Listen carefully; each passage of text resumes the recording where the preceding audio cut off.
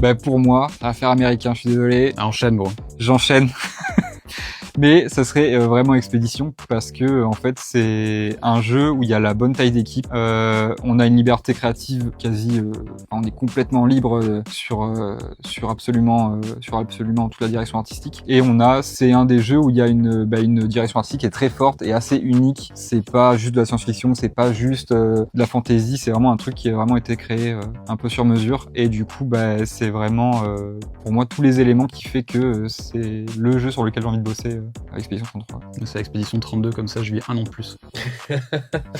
Non, sans vanne, moi il y aurait deux jeux. Ce serait des jeux peut-être plus petits qu'Expédition 33. Alors c'est difficile de trouver un jeu, et c'est le type de jeu que j'apprécierais presque autant à travailler que sur Expédition 33. Mais ce serait The Ascent, qui est un jeu cyberpunk avec hyper dynamique, avec du sound design vraiment au poil, fait par une équipe de fous. Enfin, c'est fait par Sweet Justice Studio. Ils sont vraiment, c'est un peu les mecs giga forts du SD dans le monde entier, quoi. Enfin, ouais, je pense qu'en termes de jeu, c'est vraiment exactement ce que j'apprécie du SD que tu peux faire from scratch avec des synthés millimétrés, ce que tu veux mettre dans tes sons et faire en sorte que le mix soit trop bien. Et aussi peut-être des jeux plus cool comme Tunic, qui est un jeu un peu plus, on va dire féerique, mais avec une coordination entre les SFX et la musique qui est hyper intéressante. Et ouais, ça me plairait de faire ce genre de... C'est plutôt plus comme un challenge, en fait.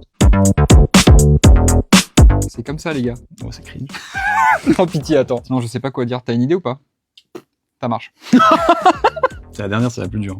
Bah, c'est un bassin de bons stagiaires. Ouais, c'est vrai. Hein. Non, mais si je dois parler de ce que ça m'apporte, en fait, ce qui est hyper bien quand on donne des cours, c'est que vu que tu peux pas dire n'importe quoi, parce que sinon, les gens ils te disent tu dis faux. En fait, ça force à s'intéresser d'encore plus près à ce que je fais, et donc d'aller vraiment au plus, d'aller au plus profond. Par exemple, je donne des cours de Reaper, je commence à connaître vraiment tous les menus, quoi. Donc c'est un peu flippant, mais en même temps, quand on me pose une question, je sais répondre, quoi.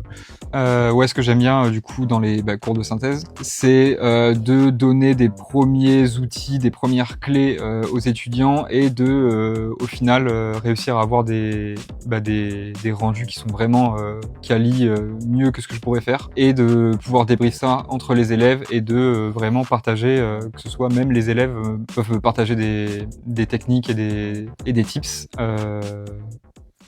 Voilà.